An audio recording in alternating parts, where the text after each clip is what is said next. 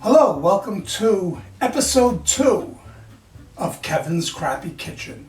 Kevin's Krappy Kitchen is an homage to all the cooking shows that you've ever seen, with the spotless kitchens, beautiful countertops, many counters, beautiful cabinetry, and everything laid out in sparkling clean glass bowls, and everything is already cooked or prepared before the show in these little glass jars, and you can see everything. So this is an homage to that. So this is episode 2. I'm making sourdough bread, and I'm at the point where I finished the dough. Now this is it. The prequel to this was episode 1. So this is my dough now. I've added enough flour to make it like this. It's still slightly sticky, but it's workable. And the good thing about when it is even stickier than this is you can get the caked flour at the edges that's sticking to the bowl and the bottom into the bread dough.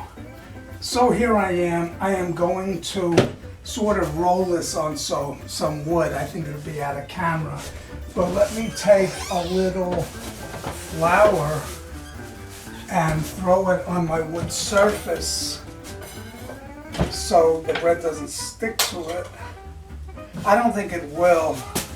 You always see them do this, but I think I'm going to attempt to roll it without.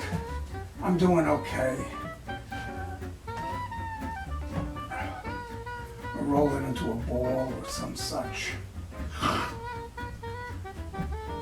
I've seen videos where they do such a good job of this. I have to learn how to do that. They pinch it underneath, and on the top you see, whoops, I'm sticking a little.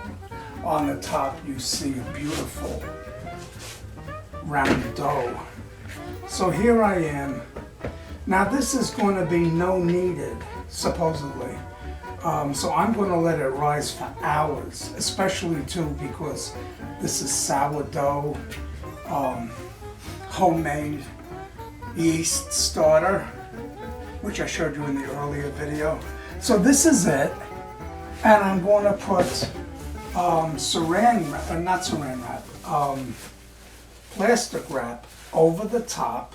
I have an old piece here. I think I'm going to use this. It doesn't make it all the way, but that's all right. And I will leave this for hours.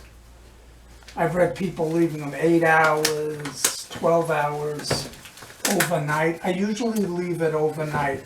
I don't know if I'm going to do that now because it's only 10 after 4 in the afternoon. But usually I make it at night. I leave it overnight.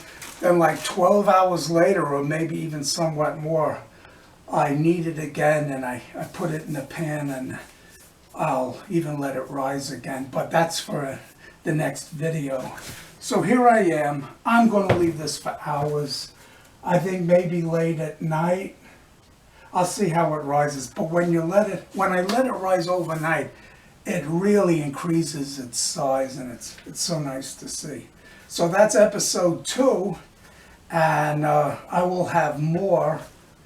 Episode 3 should be, preparing it tomorrow, the dough, putting it in the pan, probably throwing it in the oven, and then in the future, maybe starting a bread starter at home.